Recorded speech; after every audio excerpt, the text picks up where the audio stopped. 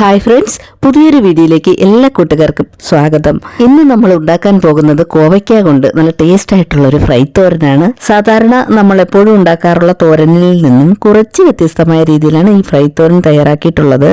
പൊതുവെ കോവയ്ക്ക കഴിക്കാൻ മടിയുള്ളവർക്കൊക്കെ ഈ രീതിയിലൊന്ന് തയ്യാറാക്കിയാൽ ഒരുപാട് ഇഷ്ടപ്പെടുന്നതാണ്. അപ്പോൾ എങ്ങനെയാണ് നമ്മൾ തയ്യാറാക്കിയെടുക്കുന്നത് നോക്കാം.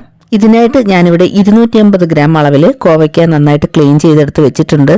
ഈ ഫ്രൈ തയ്യാറാക്കി എടുക്കുന്നതിന് വേണ്ടിയിട്ട് അധികം മൂപ്പില്ലാത്ത പിഞ്ച് കോവയ്ക്ക് തന്നെ എടുക്കാൻ പ്രത്യേകം ശ്രദ്ധിക്കണം. പിന്നീട് ഇതിലേക്ക് വേണ്ടത് ചെറിയ ഉള്ളിയാണ്. ഒരു 10-11 എടുത്താൽ മതിയാകും. അടുത്തതായിട്ട് അധികം എരിവില്ലാത്ത 2 പച്ചമുളകും കുറച്ച് കറിവേപ്പിലയും കൂടി എടുത്തു വെച്ചിട്ടുണ്ട്. പച്ചമുളകൊക്കെ നിങ്ങളുടെ എരിവിനനുസരിച്ച് എടുത്താൽ മതിയാകും. ഇനി ഇതിലേക്ക് ചേർക്കാനുള്ള തേങ്ങ അരപ്പ് ഞാനിവിടെ റെഡിയാക്കി വെച്ചിട്ടുണ്ട്. തേങ്ങയും 2-3 അല്ലി വെളുത്തുള്ളി, 1/2 ടീസ്പൂൺ ജീരകം, 1/2 ടീസ്പൂൺ മഞ്ഞൾപ്പൊടിയും കൂടി ചേർത്ത് ഒന്ന് ഒതുക്കിയെടുത്തിട്ടുള്ളതാണ്. ഈ അരപ്പ് അരക്കപ്പ് അളവിലാണ് ഞാനിവിടെ എടുത്തിട്ടുള്ളത്. നമ്മൾ നേരത്തെ എടുത്തു വെച്ചിരുന്ന കോവയ്ക്ക ചെറുതായിട്ട് ഞാനിവിടെ അരിഞ്ഞെടുത്ത് വെച്ചിട്ടുണ്ട്. കോവയ്ക്ക 2ആയി കീറി നീളത്തിൽ കനം കുറച്ച് അരിഞ്ഞെടുത്തതാണിത്. അതുപോലെ നേരത്തെ എടുത്ത ചെറിയ ഉള്ളി ഞാനിവിടെ നീളത്തിലൊന്ന് അരിഞ്ഞെടുത്ത് വെച്ചിട്ടുണ്ട്. ചെറുതായി അരിഞ്ഞെടുത്തതാണിത്. പിന്നീട് ആ പച്ചമുളകും നേരത്തെ എടുത്തു വെച്ച പച്ചമുളകും നീളത്തിൽ അരിഞ്ഞെടുത്ത് വെച്ചിട്ടുണ്ട്. അടുത്തതായിട്ട് ഒരു കടായി സ്റ്റവിലേക്ക് വെച്ച് ചൂടായി വരുമ്പോൾ അതിലേക്ക് 2 ടേബിൾ സ്പൂൺ അളവിൽ വെളിച്ചെണ്ണ ഒഴിച്ചു കൊടുക്കാം. വെളിച്ചെണ്ണ നന്നായി ചൂടായി വരുമ്പോൾ അതിലേക്ക് 1 ടീസ്പൂൺ അളവിൽ കടുക് ഇട്ട് കൊടുക്കാം. കടുക് നല്ലതുപോലെ പൊട്ടി വരുന്നുണ്ട്. ഈ സമയത്ത് നമുക്ക് 1/2 ടീസ്പൂൺ അളവിൽ ജീരകം കൂടി ചേർത്ത് കൊടുക്കാം. ജീരകം ചെറുതായി ഒന്ന് മൂത്ത് കഴിയുമ്പോൾ നമുക്കിതിലേക്ക് കറിവേപ്പിലയും നേരത്തെ അരിഞ്ഞു വെച്ച പച്ചമുളകും കൂടി ചേർത്ത് കൊടുക്കാം. പച്ചമുളകും കറിവേപ്പിലയും ഒന്ന് വഴന്നു വരുമ്പോൾ നമുക്കിതിലേക്ക് നേരത്തെ അരിഞ്ഞെടുത്ത് വെച്ചിരുന്ന ആ കോവയ്ക്ക ചേർത്ത് കൊടുക്കാം. ഇപ്പോൾ നമ്മൾ ഹൈ ഫ്ലെയിമിലിട്ട് വേണം ഇതൊന്ന് വഴറ്റിയെടുക്കാനായിട്ട്. ഫ്ലെയിം തീരെ കുറച്ച് വെച്ചാൽ കോവയ്ക്ക വെന്ത് ഉടഞ്ഞു പോകാൻ സാധ്യതയുണ്ട്. അതുകൊണ്ടാണ് ഹൈ ഫ്ലെയിമിൽ വെച്ചു കൊടുക്കാൻ പറഞ്ഞത്.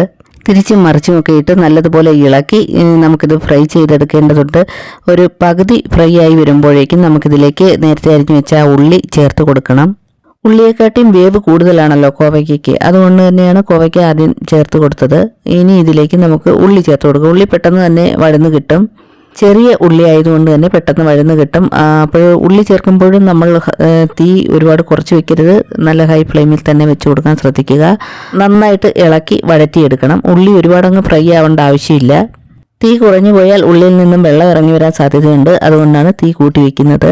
ഇതുവരെ നമ്മൾ ഇതിന് ഉപ്പൊന്നും ചേർത്തിട്ടില്ലായിരുന്നു. ഇപ്പോൾ നമുക്ക് ആവശ്യത്തിനുള്ള ഉപ്പ് ചേർത്ത് കൊടുക്കാം. ഉപ്പ് ചേർത്ത് നല്ലതുപോലെ ഇളക്കി കൊടുക്കാം. വീഡിയോ കണ്ടുകൊണ്ടിരിക്കുന്ന കൂട്ടുകാർ മറക്കാതെ ഒന്ന് ലൈക്ക് ചെയ്തേക്കണേ. അതുപോലെ ആദ്യമായിട്ട് കാണുന്നവരാരെങ്കിലും ഉണ്ടെങ്കിൽ സബ്സ്ക്രൈബ് ചെയ്തൊന്ന് കൂട്ടാക്കാനും മറന്നു പോകരുത്. ഇപ്പോൾ ഉള്ളിയൊക്കെ നല്ലതുപോലെ വഴന്നു വന്നിട്ടുണ്ട്. ഇനി ഇതിലേക്ക് അരപ്പ് ചേർത്ത് കൊടുക്കാം. നേരത്തെ ചതച്ചെടുത്ത് വെച്ച തേങ്ങ അരപ്പ് ഇതിലേക്ക് ചേർത്ത് കൊടുക്കാം. അതിനുശേഷം നന്നായിട്ടൊന്ന് ഇളക്കി യോജിപ്പിച്ചു കൊടുക്കാം.